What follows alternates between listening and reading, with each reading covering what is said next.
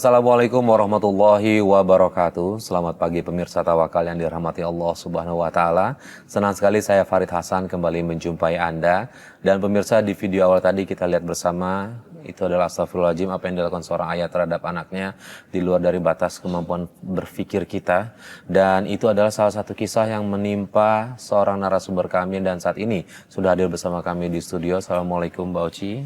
Waalaikumsalam Mas Farid. Ya, saya turut prihatin melihat apa yang terjadi dari masa lalu Mbak Oci ya. Iya betul Pak. Mudah-mudahan kita ada jalan keluarnya untuk di Tawakal hari ini ya. Iya. Dan selain Mbak Oci, pemirsa juga sudah hadir bersama kami Ustadz Muhammad Nur Hayat. Assalamualaikum Pak Ustadz. Waalaikumsalam warahmatullahi wabarakatuh. Apa kabar Mas Farid? Alhamdulillah baik. Apa kabar para pemirsa Tawakal di seluruh tanah air? Semoga sehat selalu dan dapat rahmat dan berkah Allah Subhanahu wa taala. Amin ya rabbal alamin. Baik Pak Ustadz, kita tanyakan dulu satu persatu sebelum nanti Pak Ustadz memberikan nasihat kepada Mbak Oci. Nah, Mbak Oci, itu benar yang terjadi yang di video tadi? Itu benar sekali Mas. Masa lalu saya kelam sekali waktu itu. Saya berumur masih 10 tahun. Dan saya tinggal bersama saya tinggal bersama ibu saya. Di situ kami tinggal berempat. Aku dan ketiga adik saya. Jadi Mbak Oci yang paling besar? Paling besar. Itu. Kejadiannya berawal setelah ibu saya menikah kembali dengan yang lebih muda dari dia, 10 tahun lebih muda dari dia. Setelah bapak saya meninggal. Oke. Pada saat kejadian itu ibunya Mbak Oci ada di mana? Kejadian itu ibu saya sedang TKW keluar negeri. Keluar negeri. Jadi di rumah itu Mbak Oci sama adik-adiknya Mbak Oci tinggal sama ayah tiri. Iya. Betul. Itu kapan kejadiannya? Waktu itu malam ketika kami sedang istirahat tidur. Saya sedang tidur dengan adik saya yang paling besar umur 7 tahun. Saya ditarik paksa. Dan saya nggak bisa menolak karena ayah tiri saya mengancam saya akan memukuli saya dan memukuli adik-adik saya kalau saya tidak turuti apa kemauan dia. Gitu. Mohon maaf, katanya berkali-kali ya melakukan itu ya? Setiap hari dan berkali-kali. Setiap hari. Pak Ustadz, ini gimana nih Pak Ustadz? Ya Allah, saya sungguh miris mendengar ini Pak Ustadz ya. Seorang ayah tega sekali melakukan itu terhadap anak tirinya dan itu ya Allah masih anak-anak juga Pak Ustadz. Gimana Pak Ustadz? Di umur sekitar 10 tahun ya. Yang dimana saya masih ingin sekolah, melanjutkan masa kanak-kanak saya dan menjaga adik-adik saya masih kecil-kecil. Ya, dan itu direnggut oleh ayah tirinya nih Pak Ustadz. Iya. Gimana nih Pak? Saya hampir tidak bisa berkata-kata melihat peristiwa itu. Pertama, pelakunya adalah ayahnya sendiri. Ayah tiri atau ayah kandung ketika sudah mendapatkan amanah melalui proses pernikahan, maka dia adalah seorang ayah. Hanya dalam konteks bahasa kita atau kultur kita yang menjadikan ada ayah tiri, ada ayah kandung.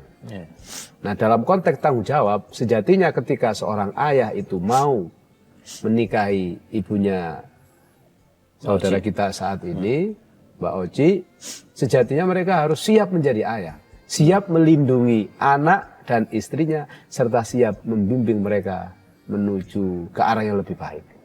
Tapi faktanya justru di tempat yang harusnya dia mendapatkan keamanan dan perlindungan, tapi dia mendapatkan kekerasan paling keras, kejahatan paling jahat, yaitu diperkosa.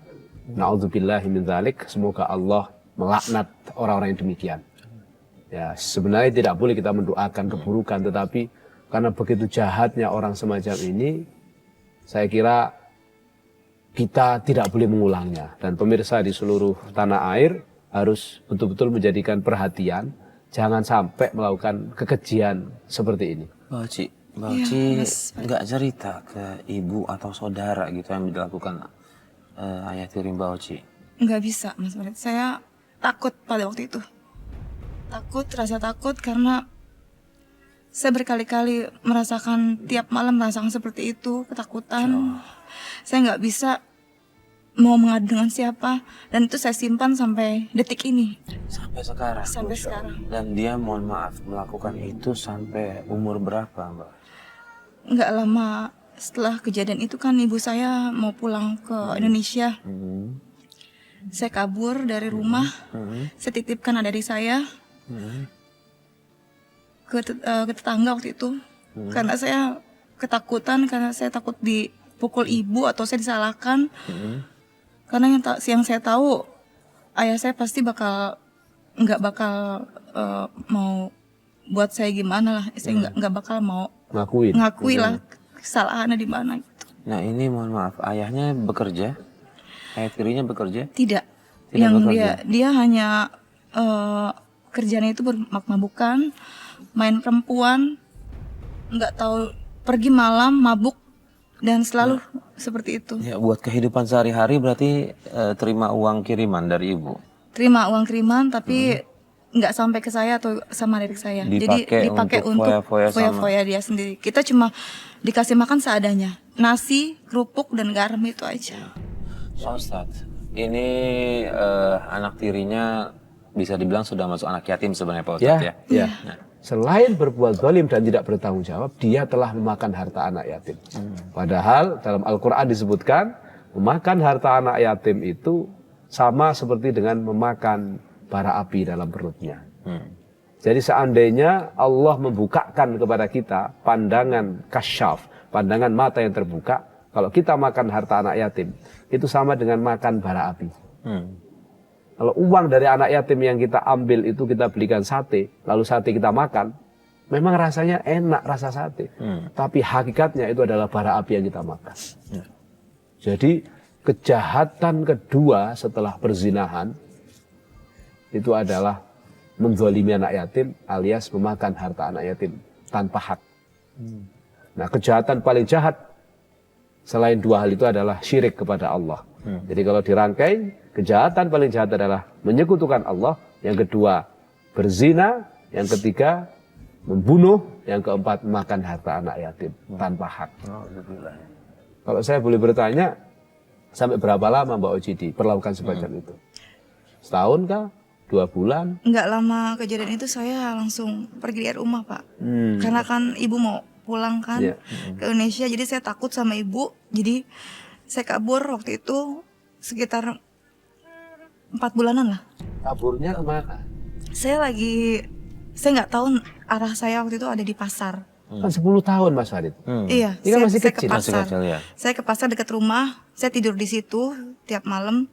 Nggak dicari sama ayahnya? Nggak bakal cari saya, Pak. Saat itu lalu kemudian Mbak Oci tinggal di mana? Saya waktu Dapat itu nggak penginapan atau apa, atau ketemu Enggak. sama orang atau ada saudara? Enggak, Mas. Lalu di mana? Saya tidur di pasar beberapa hari di situ. Tiba-tiba ada laki-laki 2 orang yang bilang ke saya, ikut saya aja. Saya bakal kasih kamu makan sama tempat tinggal. Pikiran saya di situ cuma saya dapat makan sama tempat tinggal dan pekerjaan itu aja. Jadi saya ikut dengan 2 orang itu. Di situ bukan saya aja, ada beberapa orang seumuran saya. Diambil dari tempat situ juga, ada kali mungkin ada 5 orang. Di mobil itu di bawah. Di situ saya langsung ke tempat, emang besar, Mas. Pak, dia rumahnya besar, mewah, bergedung. Saya diperlakukan seperti anak sendiri. Pokoknya dimakan makanan enak lah, segala sesuatunya diperlakukan baik gitu. Saya diberikan istirahat semalaman. Besoknya saya diperkenalkan dengan mami-mami seperti ibu-ibu gitu. Dia nyentrik. Ya saya pikir, yang pikiran saya tuh ya dia mau nolong saya gitu waktu itu. Tapi setelah kejadian saya sudah tinggal di situ 7 tahun lebih. Seumuran saya 20 tahun. Dari situlah kehancuran saya dimulai kembali, Mas Farid. Ustaz. Kenapa? Emang ada apa dengan rumah itu? Saya dijual kepada Om Astaga. Hidung Belang.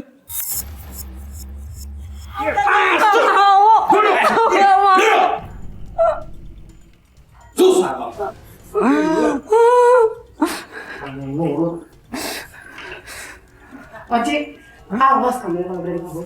Tapi tante, aku mau pulang. Aku nggak mau di sini. Kamu denger ya, kamu layanin Om dengan baik. Kalau enggak, habis kamu. Halo Mami, mana ceweknya Mam? Mas Aryo. Wah, boleh juga nih cewek cantik. Wah, lagi. Iya dong, anak saya mah cantik semua. Oci, salam Mas Aryo. Kenalan dong.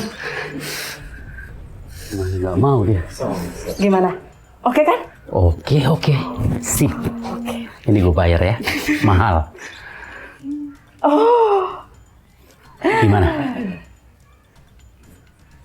Oci, kamu layanin Mas dengan baik ya. Oke. Boy, cabut. Kasih ya. Siap. Ayo sayang. Ayolah sayang. Aku nggak mau. Pak Ustadz, ya ini artinya kalau berdasarkan ceritanya Mbak Oci, dari pandangan saya dan penilaian saya adalah ini dia masuk ke dalam penampungan untuk prostitusi nih Pak Ustadz. Ya, human trafficking lah ya. Ya, sudah jelas dijual kepada om-om untuk memuaskan nafsunya. Ya Allah, ini bagaimana nih Pak Ustadz nih? Orang yang melakukan praktik seperti itu. Mas Farid, Ya. ini pelajaran penting untuk kita semua dan untuk para pemirsa Tawakal di seluruh tanah air. Hati-hati dengan tawaran orang-orang yang tidak kita kenal. Yang seolah-olah memberikan segalanya tapi pada akhirnya itu semua menjadi jebakan. Yang tidak bisa kita kembalikan, akhirnya kita hanya bisa pasrah. Apa yang dialami oleh Mbak Oci ini pelajaran penting tentang human trafficking melalui prostitusi. Jadi kalau Mas Farid bertanya dosa apa yang diperlakukan oleh para germo-germo ini dan apa siksanya Allah, tentu jawabannya ini adalah dosa besar dan sangat besar sekali. Karena ini perzinahan yang terstruktur. Berzina saja itu dosa besar. Apalagi perzinahan yang terstruktur dalam rangka untuk mengeksploitasi orang lain. Dan mengambil keuntungan di situ Pak. Mengambil keuntungan salah satunya. Ini adalah dosa besar di atas besar kalau saya bisa katakan. Na'udzubillah. Tidak hanya dia dosa memfasilitasi prostitusi itu sendiri, tetapi dia dosa melakukan slavery, perbudakan. Intinya kan karena keserakahan dia, tidak mau kerja dengan sungguh-sungguh, tidak mau kerja keras, inginnya enak tapi dapat uang. Tapi caranya menjual orang lain. Maka menjual orang lain itu kan perbudakan, slavery. Kalau dalam bahasa hukum kita sekarang adalah human trafficking. Menjual belikan manusia. Padahal manusia itu dalam Al-Quran sudah ditegaskan, walaqad karramna bani Adam.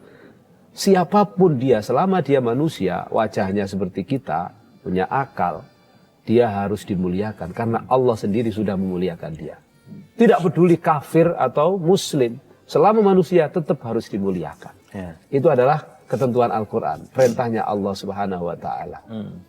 Nah, kalau ada orang yang tega melakukan slavery, perbudakan atau human trafficking seperti yang dialami oleh Mbak Oci ini, saya kira itu adalah sebejat-bejatnya orang. Kalau Mas Farid tanya azabnya seperti apa, itu pasti paling keras azabnya di sisi Allah Subhanahu wa Ta'ala. Nah, siapa yang dosa? Semua yang terlibat. Mulai yang nyulik Mbak Oci, atau yang seolah-olah menawarkan kebaikan, sampai bodyguardnya, sampai yang beli, sampai yang mendukung dalam wilayah terkecil misalnya, tukang sapunya, tukang bersih-bersihnya, ketika dia tahu bahwa itu adalah proses prostitusi, proses perbudakan, dia ikut terkena dosanya. Lalu bagaimana dengan korban sendiri Pak Ustadz? Korban, ya ketika dia berada dalam ancaman, ini adalah bagian dari takdir yang tidak bisa ditolak. Maka dalam banyak kitab disebutkan, orang-orang yang terpaksa, orang yang majbur, itu tidak punya dosa. Sama kayak orang yang diperkosa, loh dia kan nggak mau. Dia nggak punya dosa. Kecuali dia dalam prosesnya menikmati. Mungkin pertama merasa, aku sudah dijerumuskan. Akhirnya dia merasa tidak nyaman, dia menyesal, tapi lama-lama enak juga lah daripada dari kerjaan susah, udahlah kita nikmati aja. Itu baru hitungan dosanya masuk. Ketika dia sudah mulai merasakan kenikmatan itu dan merasa nyaman dengan pekerjaan itu, baru dia berdosa. Karena ketika dia tetap tidak terima dengan perlakuan dosa itu, lalu dia memperjuangkan hingga nyawa taruhannya, itu matinya pun mati syahid. Karena mati menjaga kehormatan. Karena banyak sejarah menceritakan tentang bagaimana keimanan para perempuan-perempuan salihah, mulai dari istrinya Fir'aun, Sayyidah Asiyah. Hanya karena beriman mengatakan, asyhadu an la ilaha illallah, saya beriman dan bersaksi tidak ada Tuhan selain Allah. Dia harus dibunuh oleh suaminya sendiri, seorang raja di Mesir saat itu, yaitu Fir'aun. Dibunuh, dan dia silakan saya dibunuh, karena memang saya menjaga keimanan saya. Begitu juga perempuan-perempuan solihah yang lain. Mereka rela mengorbankan nyawa demi menjaga kehormatan dan keimanannya. Nah, artinya ketika kondisi ini terjadi kepada para pemirsa dimanapun berada, seperti yang dialami Mbak Oci, taruhannya ada dua. Mau tetap menjaga kehormatan dengan nyawa, rasio dan taruhannya misalnya, atau justru terhanyut mengikuti permainan itu, resikonya akan kembali kepada kita. Oke. Nah,